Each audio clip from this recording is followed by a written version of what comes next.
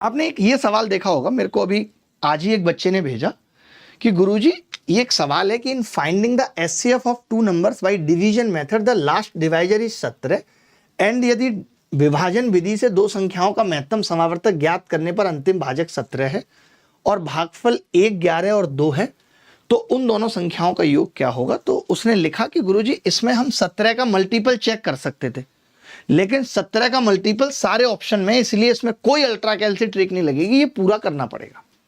आपको पता है मैं ऐसे कितने सवाल लाया हूं, गिनो आप, 1, 2, 3, 4, 5।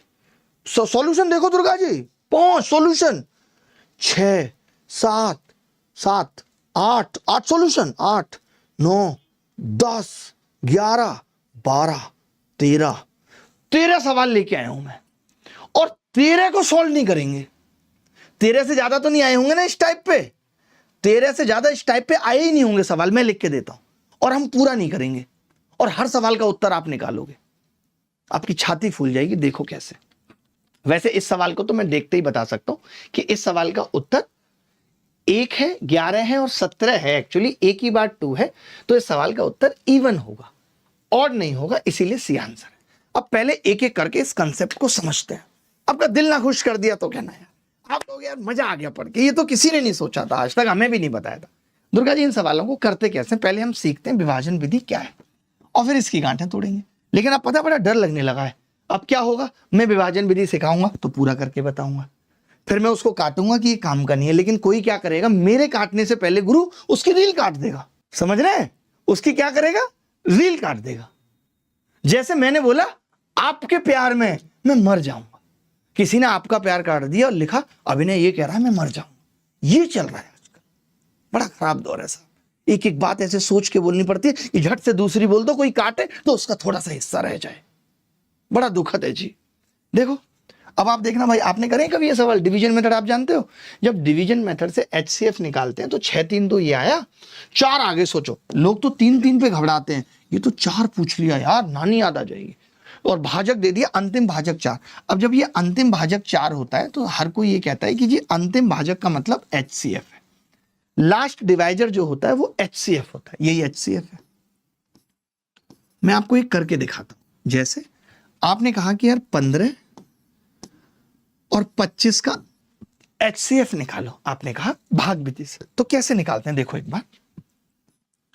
15 और 25, 15 एकम 15, 10 हो गया। 10 के बाद 15, 10 एकम 10। पता है मुझे लोग 2017 में कहते थे इतनी नई चीजें बताई हैं, कॉपीराइट ले लो, आगे आने वाले दौर में लोग भूल जाएंगे तुमने बनाया था। अब की बार जो बता रहा हूं ना, इसका कॉपीराइट है, पढ़ाने से पहले बताना पड़ेगा हमने वहां से सीखा है। अब ऐसे चलेगा नहीं बहुत, ठीक है, कोई क्रेडिट ही नहीं देता, सब हीरो बन रहे। अब हम क्या करते हैं दुर्गा जी, देखिए इस 10 को यहां ले आते हैं, 5 दूनी 10, 10 खत्म हो गया।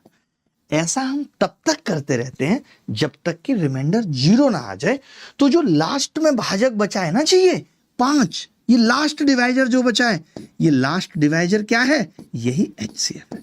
जब भाग लगना बंद हो जाए तो क्या है, एचसीएफ। ये जो 1 है, ये जो 1 है, ये जो 2 है, ये उस प्रक्रिया में आने वाले क्वेश्चन है। अभी मैंने वो बात बताई नहीं जो मैं बताना चाहता हूं, अभी मैंने वो बात बताई नहीं जो बताना चाहता हूं, बताऊंगा अभी। देखो पहले एचसीएफ। तो अब आपने एक चीज तो देख ली कि अगर आपसे कोई दोनों संख्याएं पूछ रहा है तो सबसे पहले मेरा फर्ज ये है कि अगर उन दोनों संख्याओं का एचसीएफ 4 है तो वो दोनों ही संख्याएं मल्टीपल ऑफ 4 होंगे या नहीं होंगे दुर्गा जी, मल्टीपल ऑफ 4 होंगे। अब आपने देखा यार मल्टीपल ऑफ 4 निकालने के लिए तो ये संख्या तो 4 से नहीं कट रही, 34 वाली कट रही है क्या, नहीं, ये उत्तर नहीं होगा।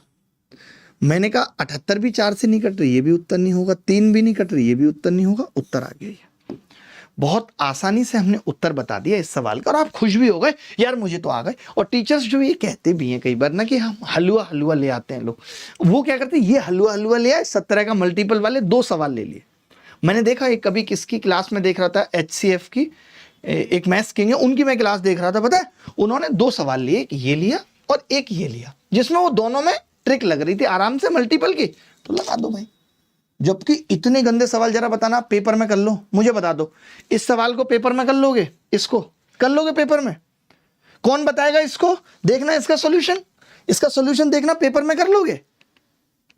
ये इतनी बड़ी बड़ी संख्याएं हैं, 1,14,000 देखे हैं कभी? 1 लाख कर लोगे पेपर में? 1,59,804 पेपर में कर लोगे? कौन बताएगा ये? हम बताएंगे। आज के बाद ऐसे सवालों में दिक्कत आ जाए तो मुझे मुड़वा देना अपनी, हमारी नहीं है ही नहीं हमारी, तो ठीक है। ये आपने मल्टीपल वाली बात समझ ली। अब ध्यान से समझते हैं दुर्गा जी, अब सीरियस हो जाओ प्लीज।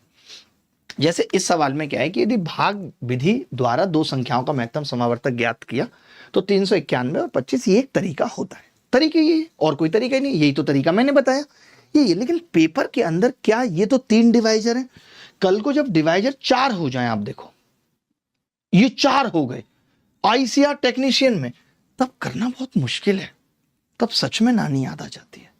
तो क्या तरीका है ऐसा जो आज तक आपने कभी नहीं सोचा? मैं बताऊं दुर्गा जी, मैं ये कह रहा हूं कि जब आप ऐसा सवाल करते हैं तो आप ऐसे 3 खोपचे बनाते हैं, 3 खोपचे बनाते हैं ऐसे, और यहां पे आप क्या लिखते हैं? क्वोशेंट 1, 11 और 2, यही लिखते हैं। और आप यहां पे क्या लिखते हैं? 17 लिखते हैं। फिर गुणा भाग, अरे देख लो ना, 17 लिखते हैं, 17 की 2 से गुणा 34, 34 की यहां से, फिर आप 34 की जब 11 में गुणा करते हैं तभी आपको हल्की नानी याद आने लगती है, 391। अब यहां पे 1 था तो आसान पड़ गया मामला, लेकिन आगे तो नहीं पड़ेगा आसान, 2 होता था। अब देखो क्या करते हैं। मैं कह रहा हूं दुर्गा जी, जब भी कभी ऐसा सवाल आए आप थोड़ी देर के लिए इसको भूल जाओ।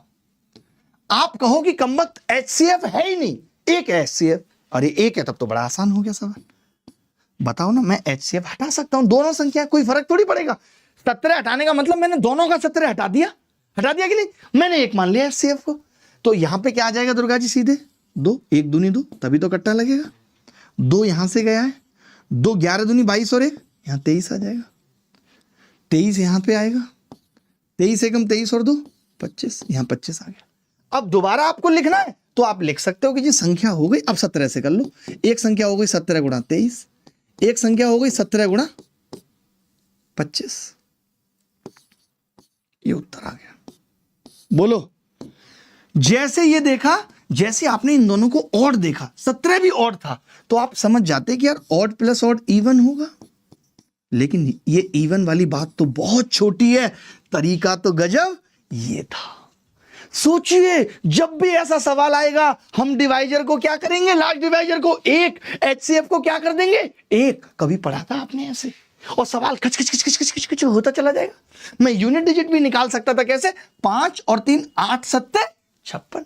मुझे ये पता है कि दोनों संख्याओं में लास्ट में 17 से गुणा करना है, तो जब सम निकालने की बारी आती तो मैं सम में ये कह देता कि सम होगा 17 गुणा, इसका तो सम करना भी आसान था, 23 और 25 का 48, 8 7 56, 6 लास्ट में आएगा। यूनिट डिजिट से भी खत्म कर सकते थे।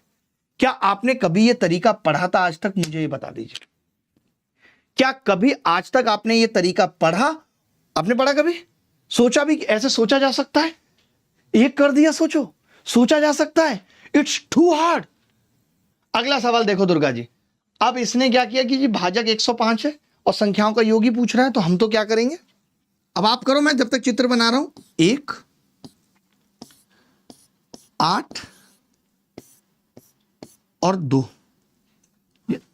8 यहां आएगा और 2, यही है दुर्गा जी, कोई तकलीफ तो नहीं यहां तक? अब आप कैलकुलेशन देखना, एक लाइन में कर देता हूं मैं। 1 तो यहां आएगा 2, अब 2 यहां ले जाऊंगा तो 2 8 16 और 1 17, 17 यहां लेके जाऊंगा तो 17 एकम 17 और 2 19, संख्याएं आ गई। अब आप बताओ, भाजक है 105, यानी 105 HCF है और संख्याओं का सम पूछा है, तो 17 और 19 का सम 35 36। अब दुर्गा जी आप ही मुझे बताइए, अगर ये 36 है तो पहली बात तो लास्ट में 0 आएगा, ये उत्तर नहीं होंगे। 4 से कटेगा तो 70 भी नहीं होगा। तो क्या इस सवाल को करने में टाइम लगेगा? बिल्कुल भी। क्या इस सवाल को करने में टाइम लगेगा? बिल्कुल भी। ये मुझे बता दो, लगेगा टाइम? क्या आपने सोचा था कि, और मैं यहां पे दुर्गा जी 105 लिखता, 105 दूनी 210, 210 यहां ले जाता, 210 8, फिर उसमें 1 जोड़ रहा हूं, अट्ठे में अट्ठी निकल गई मेरी। फिर मैंने नहीं कर पाया, मैंने छोड़ दिया, मैंने कहा यार छोड़ो नहीं हो पाएगा। क्या आप सोच सकते थे ऐसे? जरूर शेयर करिएगा अपने दोस्तों को कि यार तूने ये तरीका पढ़ा है क्या,